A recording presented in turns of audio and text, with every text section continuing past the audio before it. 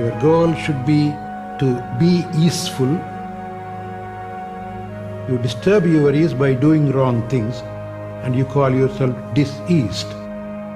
To be peaceful, if a person lives based on this I, me, mine, he can never be peaceful.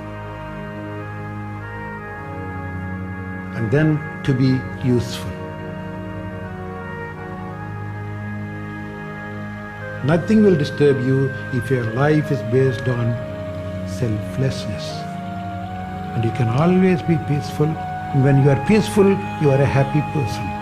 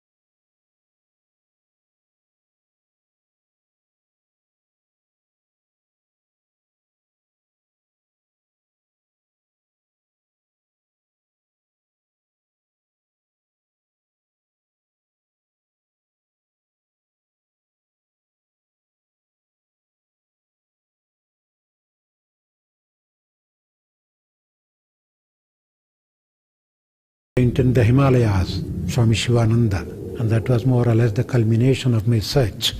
It all naturally happened.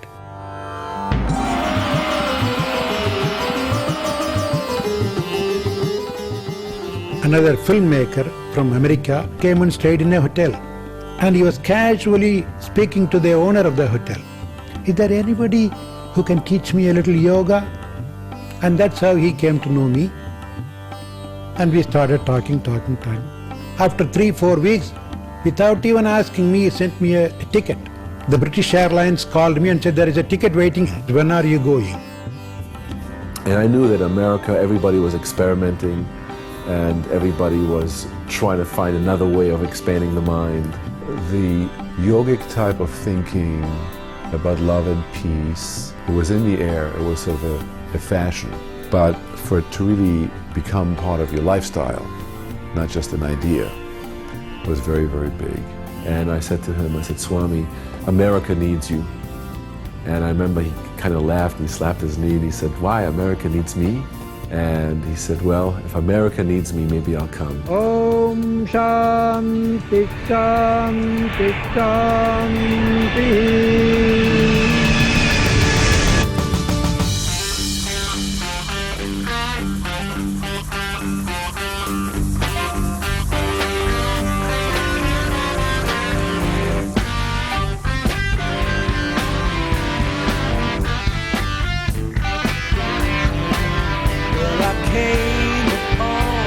Child of God, he was walking along the road, and I asked him, tell me, where are you going?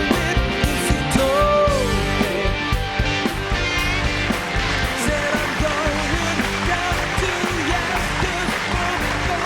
America is helping everybody in the material field, but the time has come for America to help the whole world with spirituality also. We are building hero carbon, and we've got to get ourselves back to the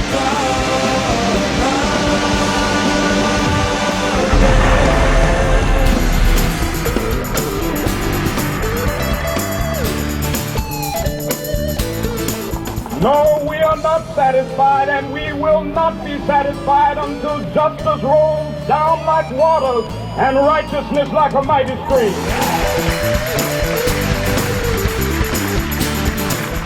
While some young people demonstrate for peace and others seek it in the artificial solace of drugs, here in New York, Swami Satchidananda teaches another way to peace.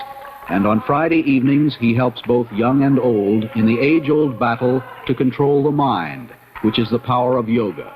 It is impossible to reform outside without having that reformation within ourselves. The flower power and things like that are the outcome of a sort of frustration, because they didn't get anything from the so-called civilized life. Everything was superficial, so they wanted something more deeper.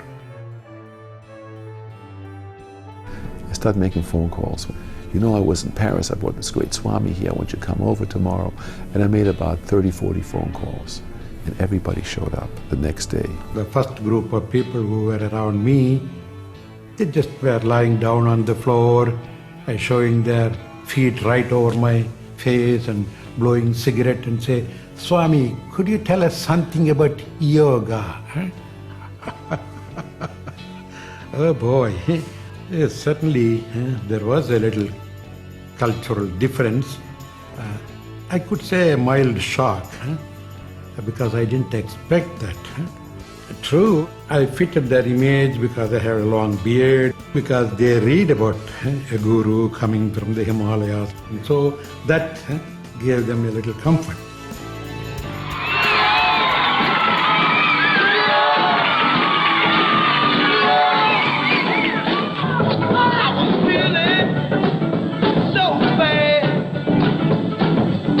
I mean, being in a rock band at the time was to be exposed to almost every kind of like vice known, to man,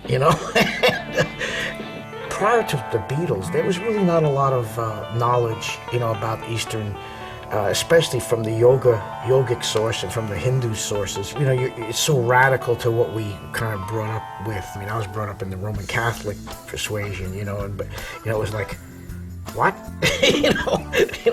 What do you mean you don't eat any meat? What do you mean you don't eat any fish? Are you okay? I had been given a book by a friend of mine called Autobiography of a Yogi. And toward the end of the book it said, if you want a teacher, ask and he shall come. I would say within 2 weeks we were asked to do a television program. And I walked in and there he was. So we're sitting talking, and I told him exactly what I'm telling you, that I was so disillusioned. I used to say to Swami, what about the world? And we got trouble in Palestine, and he used to go, oh my God. He says, I gave you a broom, I told you to clean your closet, and you want to clean the whole house? Finish your closet, and then come back and talk to me,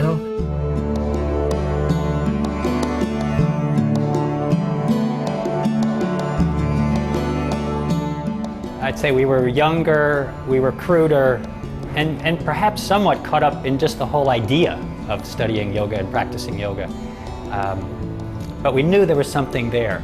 So we went from maybe romantically loving the idea of a guru and yoga practice to really experiencing something that shifted our whole way of understanding life, our whole way of being in the world.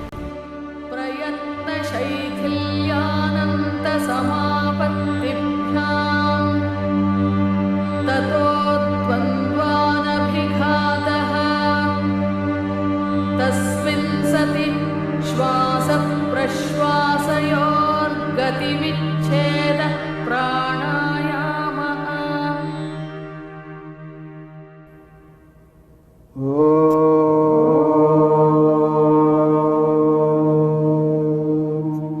That class, which is taught as part of integral yoga, has very profound physiologic benefits in its design.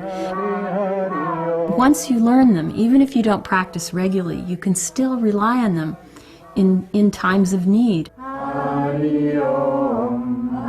So it starts with chanting, which immediately gets you out of that left brain sort of stuck thinking. And then we do the eye exercises. The eye is the only part of the brain that you can see on the surface of the body. And those pathways are there, so if you relax your eyes, it has a soothing effect on the brain itself. Rub your palms, feel the heat, and then cup your eyes with the palms. Feel the warmth of the palm, and then slowly bring the palm down until the fingertip touches the eyeballs, and then slowly massage the eyeballs. Oh, good. 1, 2, 3, 4, a little faster. Then after the eye exercises in the yoga class, there's the sun salutation, which acts on all parts of the body. So that first you get all parts of the body sort of warmed up and loosened up, and sun salutation is very powerful for doing that. 10, 11, and 12. Terrific. Then we do the backward bends first in integral yoga. They're a little harder to do, so we do them first. Elbows up. Good, good, that's good. Little more up, little more. Not to strain much.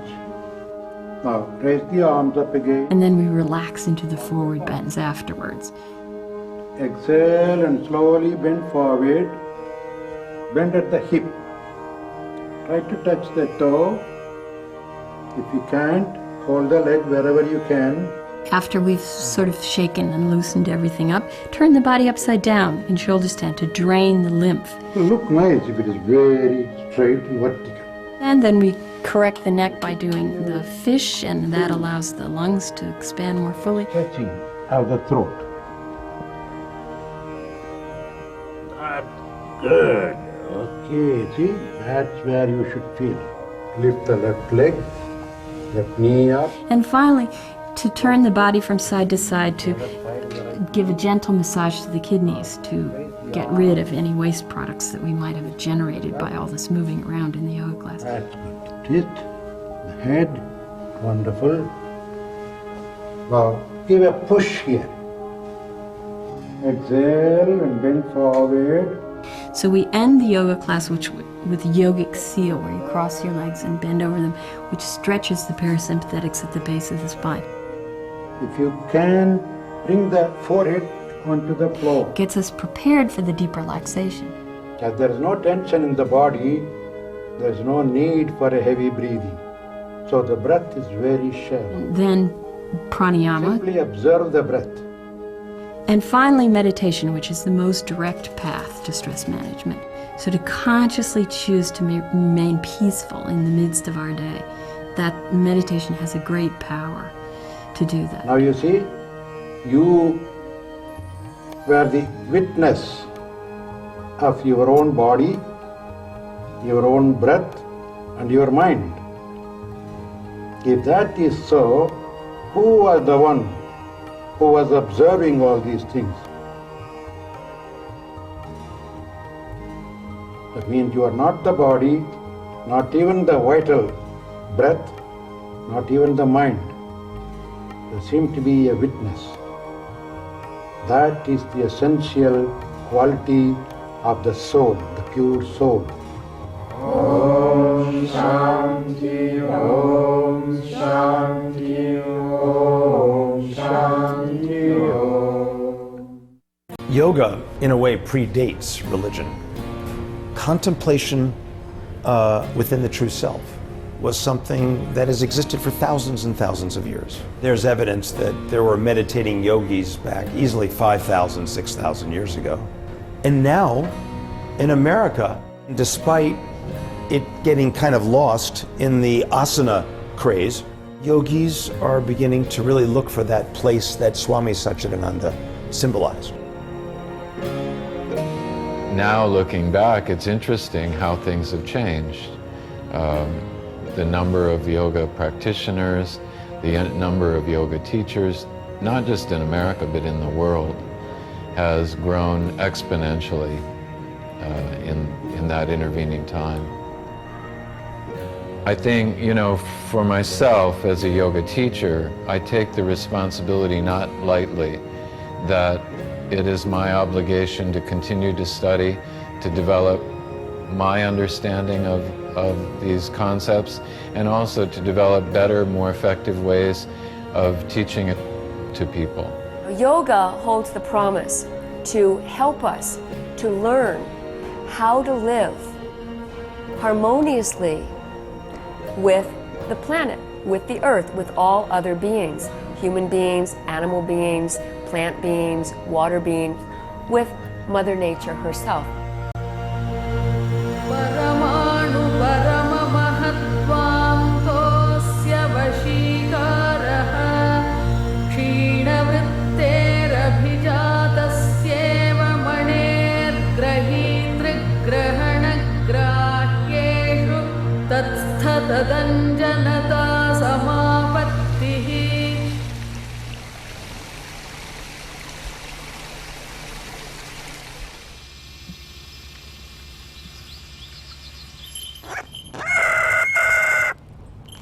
Watch the animals, watch the plants.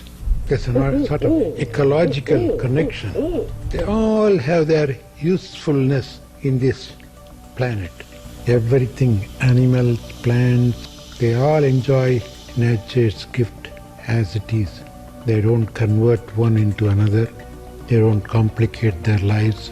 Only we human beings that we have a lot of complications in our lives. He wasn't trying to say there is one right way. He was saying his essential thing is the truth is one. The paths to get there are many. Just start walking. There he is. That lets you see how this is just... This is the stupidest idea. Hippa, hippa. Whoa, all right. Got that, bro. Good. How are you? How are you? How are you? Krishna the tiger, we're gonna let him run, take him out and let him chase the lure. Krishna is about a 3-year-old, 500-pound big male tiger. A good boy.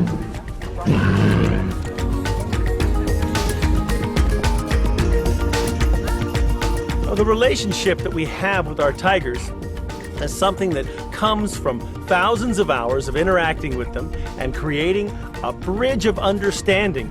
Consciousness in animals becomes a very touchy subject as to what really is conscious about them. What's the difference? And to me, the biggest difference is they are here now. They're living at that moment in such a multifaceted awareness level that we are not living here now. We are living in this process of what our mother did with cookies with us when we were 9 years old and how it changed our soul.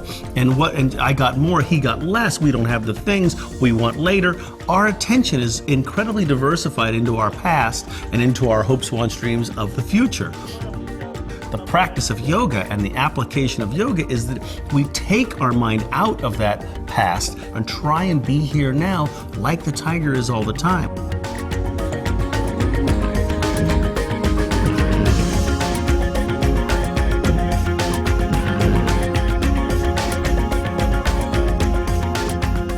I weigh probably 110 pounds, and there's no way a 110-pound girl is going to walk next to a 500-pound cat without having the disciplines that yoga brings into life.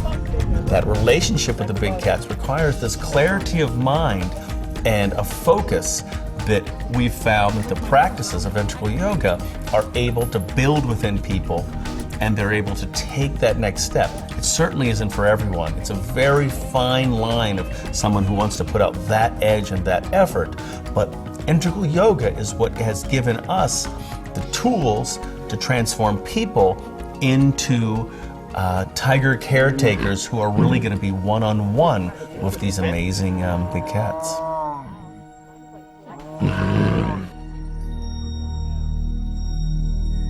Sattva-purushayoh shuddhi-samye kaivalyam iti Shri Patanjala Yoga Darshane Vibhuti-pado nama tritiyah padaha. The literal meaning of yoga is to unite. The root is yuj, or to yoke, to put together. But in a broader sense, maintaining the equanimity is yoga. Tranquility, serenity. The Gita says, samatvam yoga uchyate. Balance is yoga.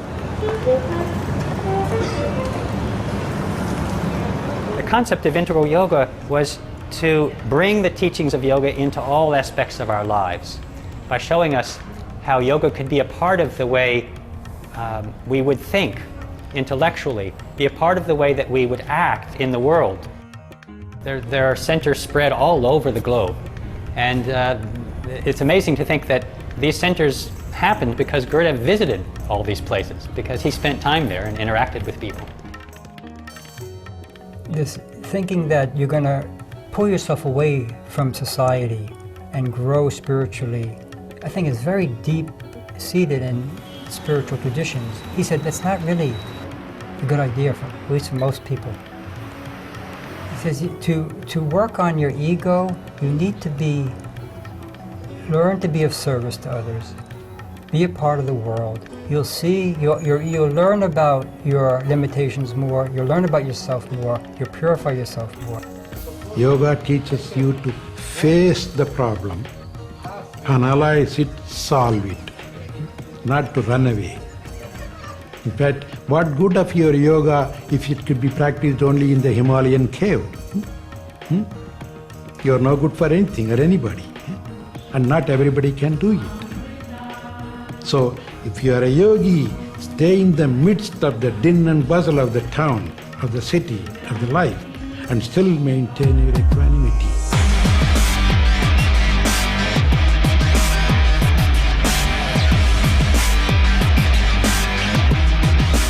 When I was younger, I was definitely depressed, and a lot of it was searching for meaning. I had no reason to be here. I couldn't find a point.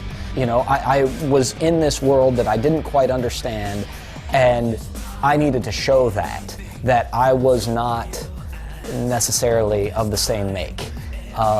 So I dressed up and said, this is what's coming out, guys. You know, it's not the same as what's happening around me, but I really identify with it. Having grown up in Yogaville and having a lot of different sources to draw from, I live a rather mixed life.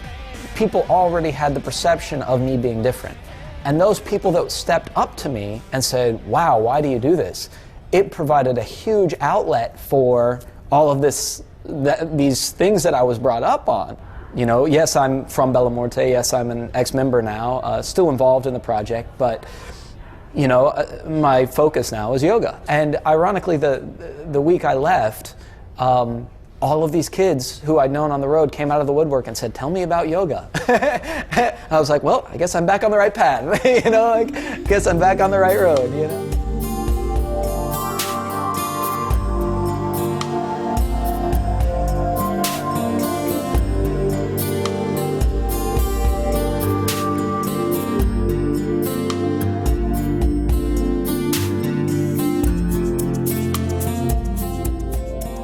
In New York City when I was in my 20s. I went to nightclubs, I drank, I did all that kind of stuff, looking, saying, is it here, is it there, where is it? You know, is it still inside of me? If I'm standing in a nightclub in the middle of New York City, you know, at a rave, is it still inside of me? Am I still enlightened at this moment when I'm here?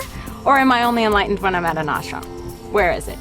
And basically you stand there and you go, yeah, you get it. It's still here. It's still here. I have a lot that's going on in my life with raising the children, and I work, and so I have a lot of worldly pursuits going on, but every moment of my day, I'm aware of that first. Gurudev was always saying, you are that know that now. Don't know it in the future, don't know it if you've meditated for 20 years, know it right this minute. He took the most profound, the most sublime teachings, and he made them very simple and clear. Material becomes spiritualized. We need cars to move around. Car is a material thing. But without a car, without a plane, the Swami cannot go and give talks. So use the material for a spiritual purpose, then it is spiritualized material. And not only did he make them accessible, somehow he had the gift to give us the confidence that we could practice them and derive the benefits. We are here to serve you all, anytime. Until then, just keep me informed how you are doing, and don't hesitate to call me anytime. I've seen him through the last over 20-some years of all the ups and downs around us and in the world. Never a moment he lost his peace at all. How he lived, how he spoke, what he did was integral yoga. Something galvanized around him. Please be seated. Please. And he supported that. He certainly was never into like a Starbucks type rollout, you know, where we create so many centers per month. He wasn't into that at all. But I think he did see the benefit of us coming together, working with each other on this, pulverizing each other's ego, supporting each other, the whole gambit. But there was something about being together in this that he really felt would make a difference. You know, he has said many things, but the most important, he talked about the children. He said, go to the children, bring them right, so that, you know, the future world will be good.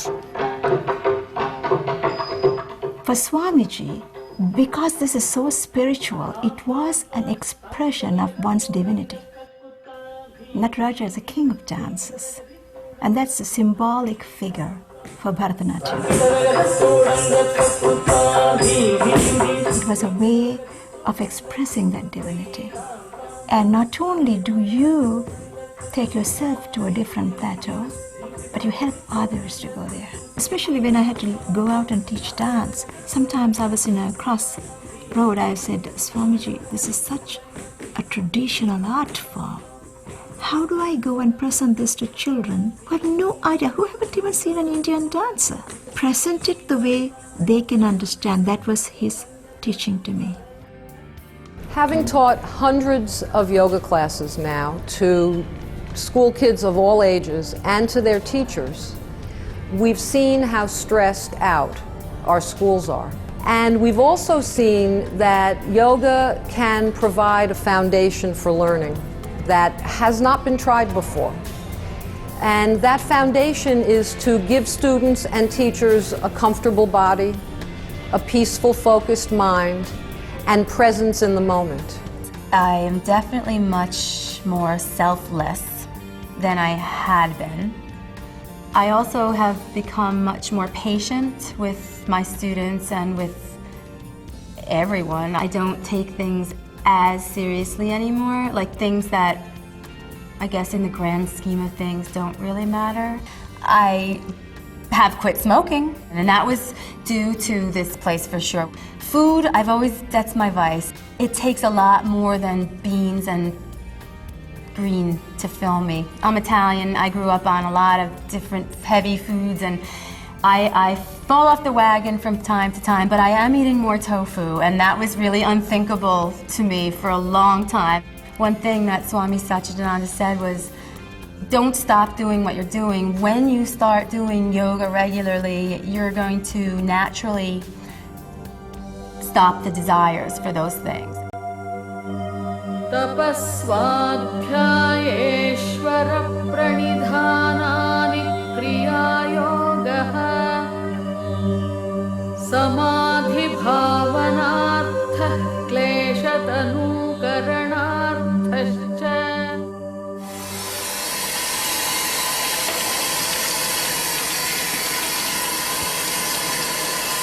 Yoga allowed me to get my body focused on something, so my mind could be freed to focus on emptiness.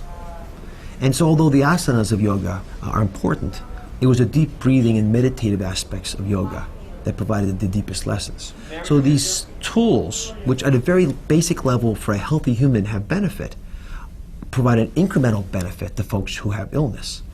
And in particular, if you can combine yoga with meditation, you begin to see medicinal benefits in a whole slew of different areas, including management of arrhythmias, asthmatic conditions, autoimmune problems, places where our body has gone a little bit awry and can be rebalanced and reset if we can use a tool like yoga.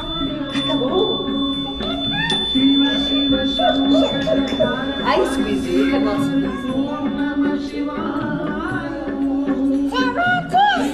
Breathing and emotions are connected.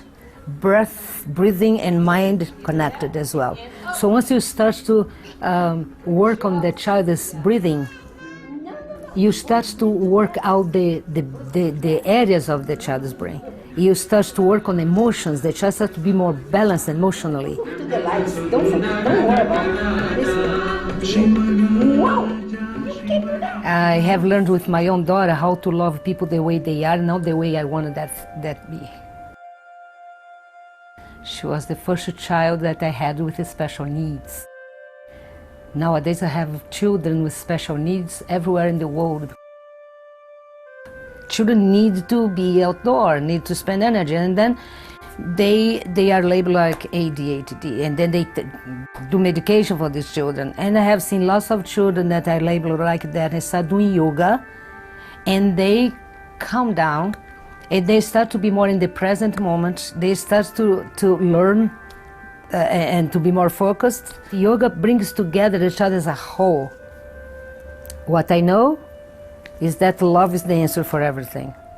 Love still is the most powerful weapon in the world. Thank God. That's the missing link in many ways. Because when you leave love out of the equation, and it's very awkward to talk about it, isn't it? You know, you're sitting in a big meeting with a bunch of scientists, and you can talk about the role of love, but then ask those same practitioners who every day deal with folks in their office and ask them how often a crack in the love of an individual has actually been at least linked temporally to their illness. How often were they fired? Did they get divorced? Did they have a fight? Did something bad happen? And then the illness followed soon thereafter. It's pretty common. It's scarily frequent. So we're not going to be able to get rid of that, so we take charge of the situation by using a variety of different paints to cover over the cracks in the wall of life. But the vessel that holds our love has to be rebuilt, and that's a core issue that we don't grapple with very well. What if I should discover that the poorest of the beggars and the most imprudent of all offenders are all within me, and that I stand in need of the alms of my own kindness, that I myself am the enemy who must be loved? What then? I think this quote by Carl Jung is a beautiful example of what yoga, what meditation, what psychology can bring to an individual when we're talking about empowerment and self-healing. And that a person has to learn not to run away from the pain point, but love it into wellness. So what we do is, if our mind can assist in hurting the body, in our lifestyle and in our behaviors and with our emotional responses, then can't we look at the other end of the continuum also, that the mind has the capacity to then also heal?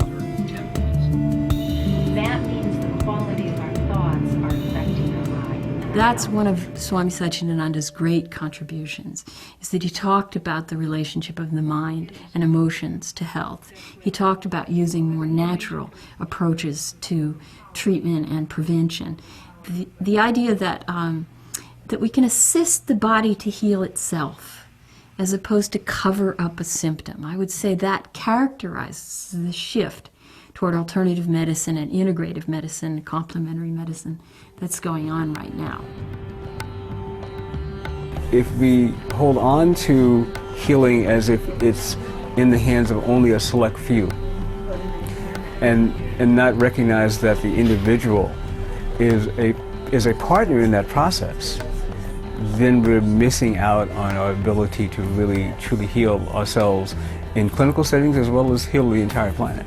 I think it comes from being someone alienated from nature, if you will. It comes from the Western tendency to isolate things and reduce them to their smallest particles. This limitation, however, and some of the problems that can occur is when you look at just an organ, you know, diseased liver, diseased heart, without looking at the entire individual. And then oftentimes drugs are created just to deal with a symptom from a particular organ imbalance, not thinking of the impact it's having on the rest of the body, not trying to use nature to harmonize the body, which is what the body is always trying to do anyway. If we are simply going to treat only the people for their problems without telling them why you are in this trouble, what did you do, what went wrong, how could you avoid coming to me again, that's very important.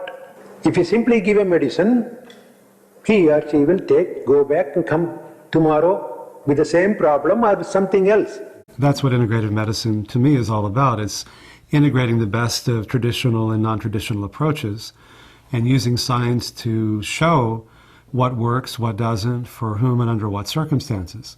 In our studies, we use these very high-tech, expensive, state-of-the-art measures to prove the power of these very ancient, low-tech and low-cost interventions, like what we learned from Swami Satchidananda. For over 20 years, Dr. Dean Ornish has been making headlines as the first doctor to prove now that heart disease can really be reversed by changing your lifestyle. Vegan diet, right? Not vegetarian, but vegan, which means what? No meat, no eggs. What we found is that after a year, the men who followed a vegan diet and who also made other changes in diet and lifestyle, who exercised, who did yoga meditation, and who had a support group, that their PSA levels began to decline.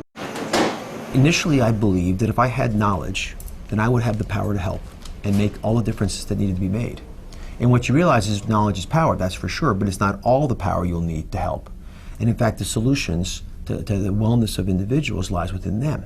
So if I take you off to the operating room with the expectation on your part that I'll cure you forever of your heart disease, and all I'm really doing is palliating your problem, then a couple of years down the road, when you have recurrent symptoms because you're continuing to smoke, or you're still gaining weight, or you're not meditating, or you're just not getting in touch with life, and sickness just becomes some obstacle to overcome to get back to the blandness of wellness, then we've missed the whole boat. Back in January of 1993, I was working in the federal government in Washington, D.C. I was behind my desk, feverishly working on a report that was due that evening. And the next thing I knew, I found myself on my back, on the floor, with excruciating chest pain. I had a cardiologist tell me that at the age of 42, I'd had a heart attack.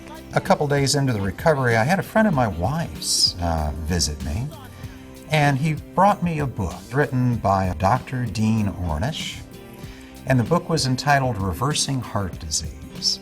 Dr. Ornish began the discussions of his interventions, his solutions to that disease, and the first one involved diet.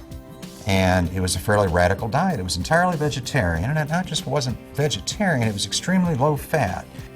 Well, then I went on to the next chapter, and that chapter was a little bit strange, to tell you the truth, because it had a bunch of stick figures in it doing these pretzel poses. I was out of the hospital, and 2 weeks later, I visited with my cardiologist, and I asked him if he'd ever heard about this Dr. Dean Ornish and this book about reversing heart disease. And my cardiologist said, well, Dr. Ornish is kind of out there on his own. So instead, I embraced my cardiologist's recommendations. I was supposed to moderate my diet, not eat so much red meat, substitute chicken, substitute fish, rest for 6 weeks, and then go back to my normal life activities, which included working 60 or 70 hours a week in the federal government, looking at every opportunity to go up that next rung on the ladder, and I spent the next several years doing that to some relative success. I had my second heart attack 3 days before my 50th birthday. I'd come home frustrated, angry, I began to self-medicate with alcohol. I had my third heart attack in June of 2002. And then finally in November of 2003, I had my fourth heart attack. In February of 2005, I was diagnosed with my fifth heart attack.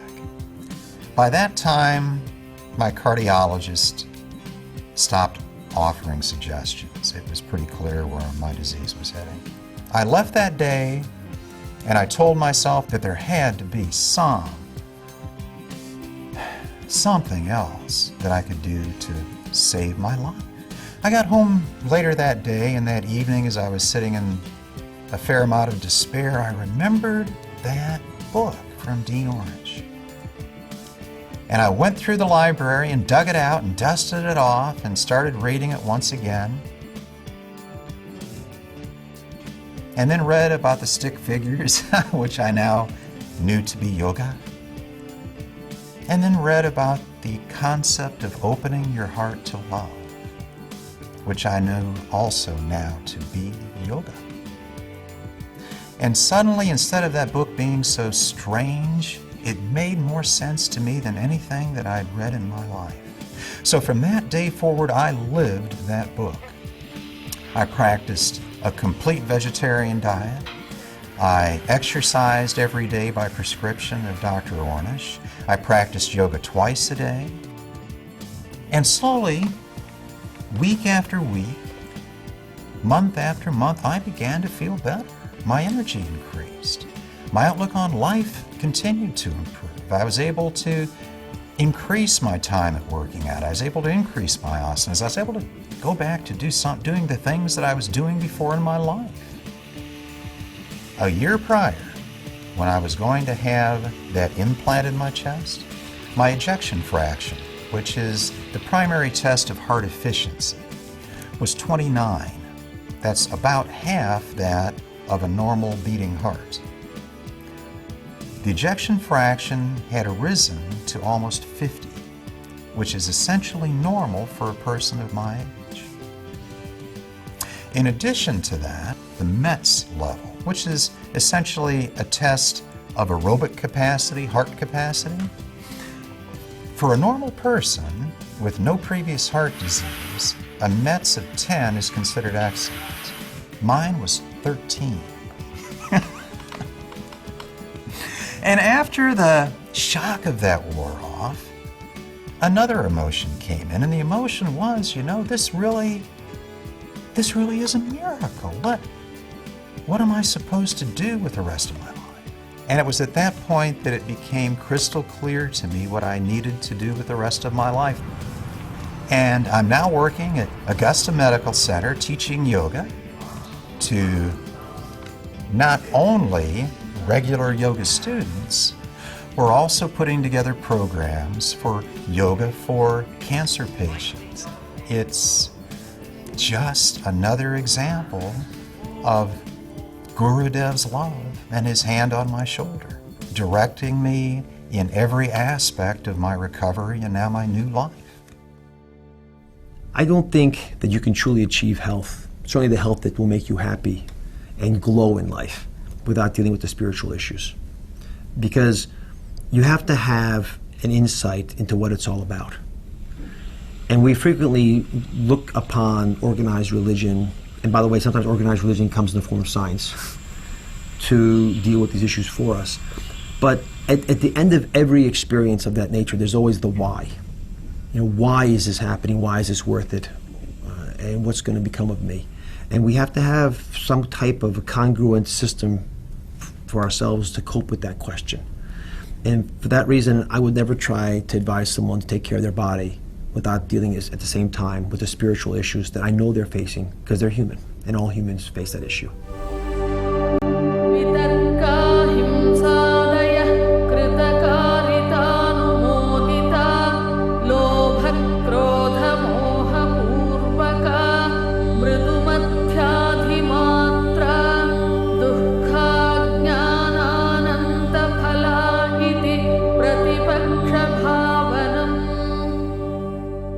Yoga is not another religion. It simply presents the basic principles behind all the religions. So there's no Western teaching, Eastern teaching, only superficial.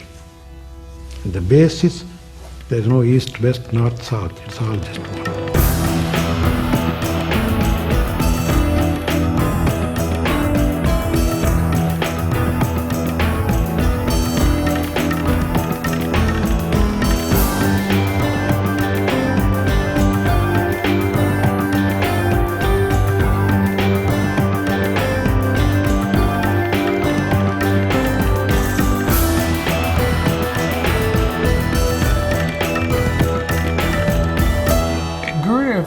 Had a lot of visibility as a major religious figure in America. He was a Hindu leader who wasn't just talking to Hindus about Hindu ritual. He was talking about the issues of the world, which included dealing with people of other traditions, because we're now living in a globalized world.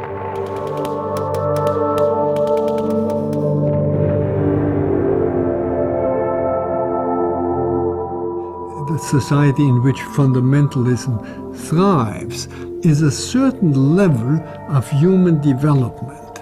And until we rise to another level of whole human development, we are stuck in that. On that level, you just do that. You cannot even think otherwise. You think in we and they, and my God and their God. This is part of this level of human consciousness. A simple idea to, I don't know why we can't recognize it. Listen, O Israel, the Lord our God, the Lord is one. In my synagogue I add, listen, O Israel, and listen, O humankind. Everybody has to listen. What's the message? There's only one God. And therefore, by definition, there's only one family of all humankind. You're white, I am black. You're Jew, I'm Gentile. You're Christian, you're this. Absolutely stupid. It doesn't fit us. We are all children of that one God, and we are brothers and sisters, and we have to love each other. In fact, the world statistics say that more people were killed in the name of religion and God than by any other reasons. Could that be the purpose of religions? Who gave us the religious teachings? The prophet, the Jesus, Moses, Muhammad, Shankara? No. Religions always have the same aim behind, same goal. And even there is not much difference in presentation, but the problem is in understanding. Then I thought there should be a place to remind that, a permanent place. It is that idea that made me think of lotus. So I said, a shrine in the form of lotus, L-O-T-U-S. It stands for Light of Truth Universal Shrine. The first shrine which could accommodate altars for all the various faiths. So it's a physical, concrete symbol to express the goal that we should get united in the name of religion. That's the purpose of religion. Let's not kill each other in the name of God and religion.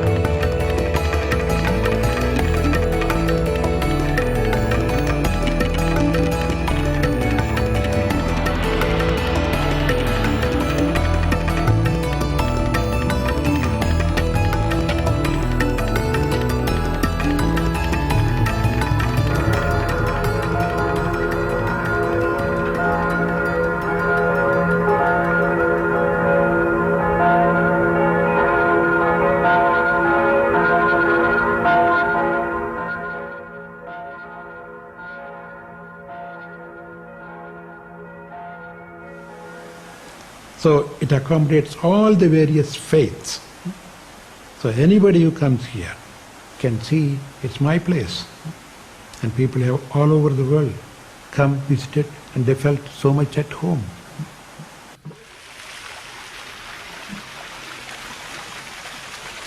You know, this vision of this lotus temple, I think, is more relevant today than ever, because all of the things that we are so afraid of, you know, terrorism and religious wars and jihads and all of this, they all begin with that misperception that we are separate and only separate from each other. Because once we have the other half of that, which is, yes, we are separate and we are all interconnected, it becomes much harder to demonize people and to do bad things to them. So maybe the clock's running out a little bit. You know, maybe it's getting a little crazy now. Maybe it's time we really get down to business now, you know, because it could be this book that they've been reading all these years has got an ending, right? Yeah, there's an ending in there. So maybe it's getting a little quick pace because we got to bring our consciousness up fast. Looking in the world around us today and seeing climate change, seeing the levels of pollution in the world, seeing countries like China and India trying to catch up to America in terms of consumption of world resources and primarily an emulation of the West. The West has a great opportunity right now to share the lessons, the hard lessons we have learned, if we've really learned them, with the rest of the world. The popularity of yoga gives a platform upon which to present these ideas to the rest of the world in a way that they're very eager to hear them.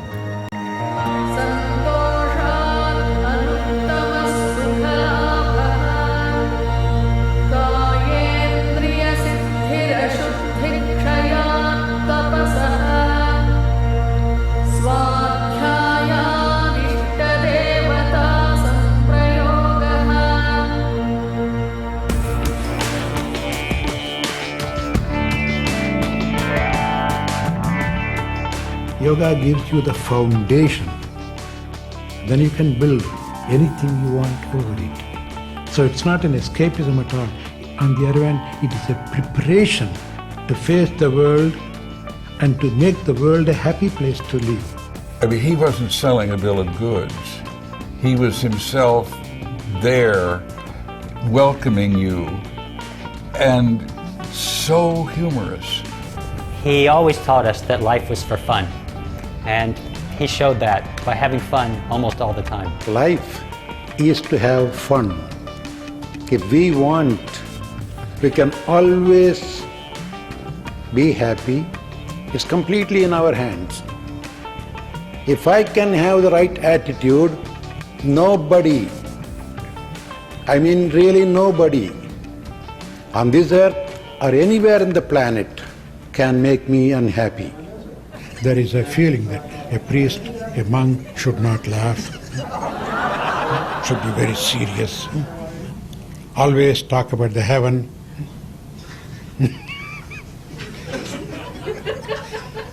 I tell them, I say, heaven can wait. You are here on this earth, let us make this a heaven. He created fun. He put on my robe. And then he also said to me, you know what? He said, in my former life, I was the rabbi, you were the Swami. Somebody asked a question. Now, Swamiji, if you lived all alone on an island and there was absolutely nothing to eat but meat, what would you do?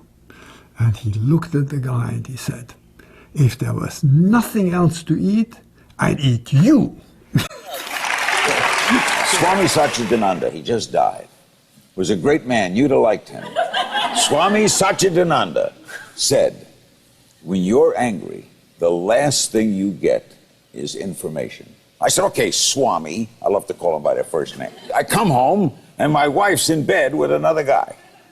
There she is, in bed with another guy. What do I do, Swami? I'm going to yell and scream. He says, aha, very brilliant. Yell, scream, and he runs, and she thinks you're a maniac. What if you said, I'm going to make some tea? Why don't the three of us talk about this? Then he was smart. Who owns that moment? You do. Who's going to get information? You will. by not being angry. Let me tell you, But who in the world could do this? That Swami ain't from Texas. We'll be right back. He was Swami for the people. He attracts people. He has a strong magnet, a love. He was made of love, you know. You close your eyes, you see sort of a God in him. For me, he is living proof of God in a lot of ways. He was so much more than a physical form. He was so much more. He just had this energy about him, this peace, this joy. I mean, Sri Gurudev has always said, the highest compliment that you can ever pay me, he said, is to enjoy all the happiness and joy that I experience. Which is, what are you doing this moment to realize who you are, to know who you are, to know yourself from the inside?